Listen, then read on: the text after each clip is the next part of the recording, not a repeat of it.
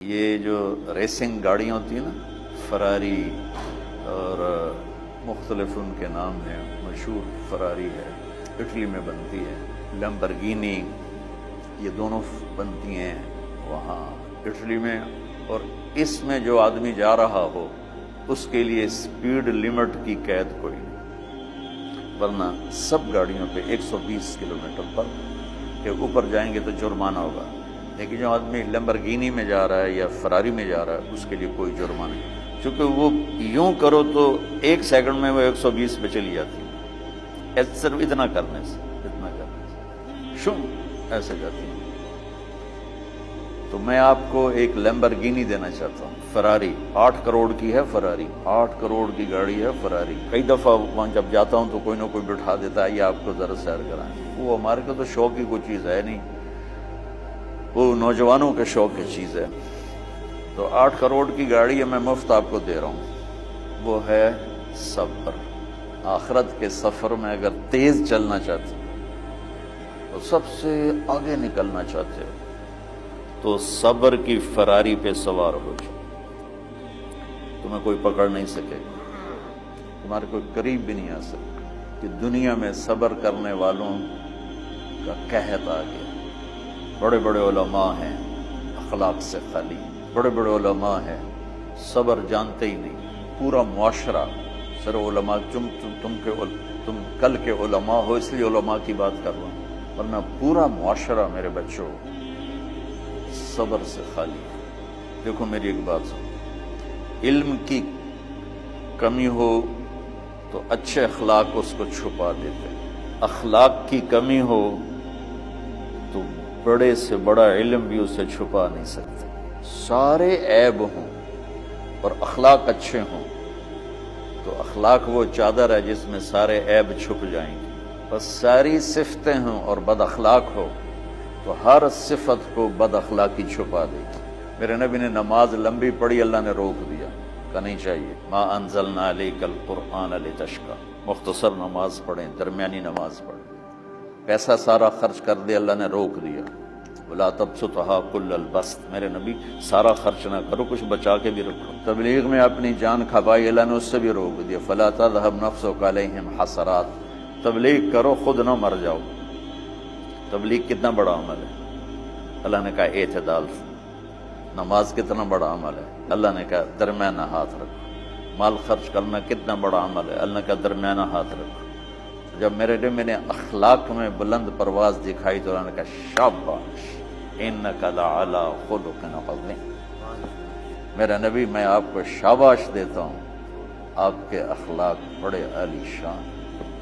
یہ نہیں کہا کہ اتنے بھی ذرا تھوڑا آنکھ بھی کھائی کر کو کوڑا ہویا کر، تو تم مولوی بڑے غسیلے ہوتے ہو، تو تم میرے بچے بیٹھو نا اس لیے بات کر رہا ہوں۔ صبر نام کی شے ہی نہیں ہوتی، فقہ پڑھنا تو ہماری مت ماری جاتی۔ قرآن کو بھی فقہ کے انداز میں پڑھتے ہیں، حدیث کو بھی فقہ کے انداز میں، بخاری سے زیادہ امام بخاری پڑھاتے ہیں، ترجمۃ الباب پہ اتنا وقت لگا دیتے ہیں کہ حدیث جو اصل چیز ہے اس کی طرف توجہ نہیں جاتی۔ امام بخاری کی کتاب کا مقدمہ کوئی نہیں، تو اس پر جب بخاری شروع ہوتی ہے تو ہفتہ اس پہ سبق چلتا ہے کہ امام بخاری نے مقدمہ کیوں نہیں لکھا، جی میں سارے مل کے یعنی امام صاحب نے تو گلاں کی، میں اس کا اتنا آسان 1 منٹ میں اس سارے سبق کو ختم کر دیتا ہوں بخاری شریف کے، کہ دیکھو بھائی امام صاحب کا دل نہیں کیا مقدمہ لکھنے کو، اس لیے انہوں نے نہیں لکھا گلموں میں۔ ایک حدیث کے عنوان اور حدیث میں جوڑ نہیں تھا، تو شیخ رمزی بہت بڑے فاضل آدمی ہمارے فیصلہ آباد، میں نے کہا شیخ یہ جوڑ کوئی نہیں،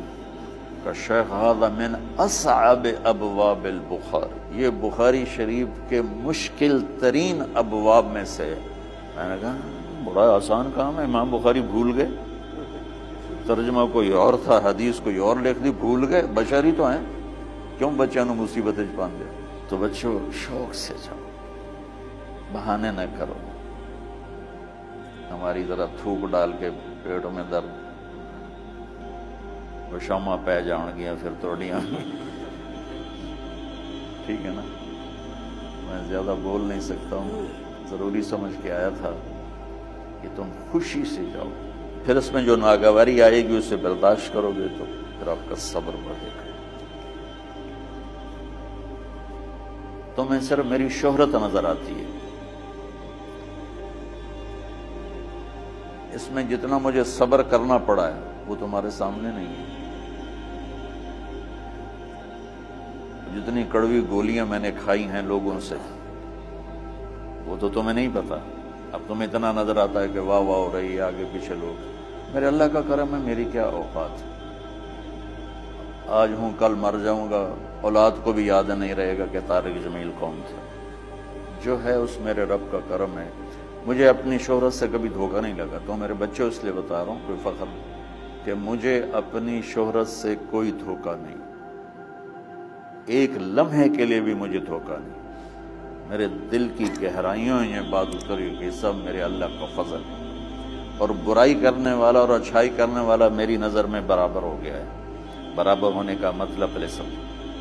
تو مجھے گالی دو گے، مجھے تکلیف ہوگی، تو میری تعریف کرو گے، مجھے خوشی ہوگی. اس کو برابری نہیں کہتے، وہ تو ایک طبعی چیز ہے. یہ میں نے ہاتھ پہ اپنا ہی ہاتھ مارا تو اس کو درد ہو رہا. تو اگر میں مولوی شوکت صاحب سے بدتمیزی سے بات کروں گا تو ان کو تکلیف ہوگی، اور میں ان کی قربانیاں بیان کروں گا. یہ ذرا کھڑے ہونا، ادھر ہاتھ دو. یہ اس سارے نقشے کے بانی ہیں. یہ پہلی اینٹ ہے. یہ 3000 روپے اس وقت لے رہے تھے 1985 میں 86 میں کراچی.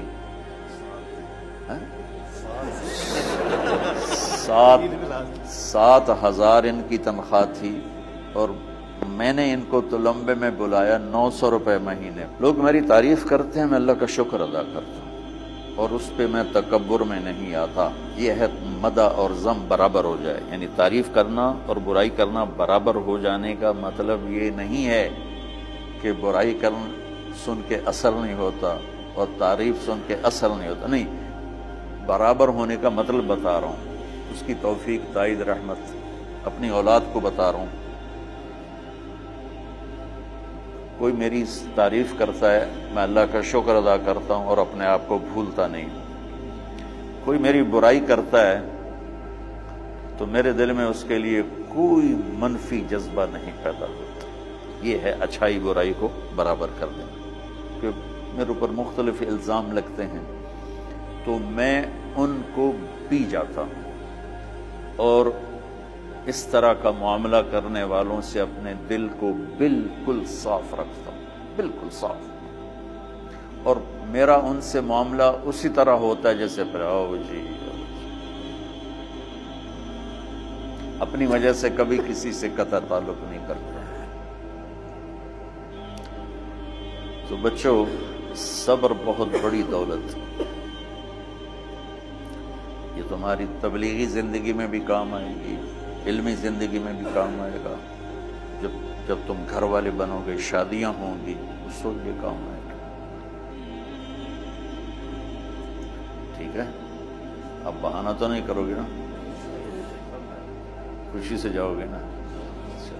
السلام علیکم.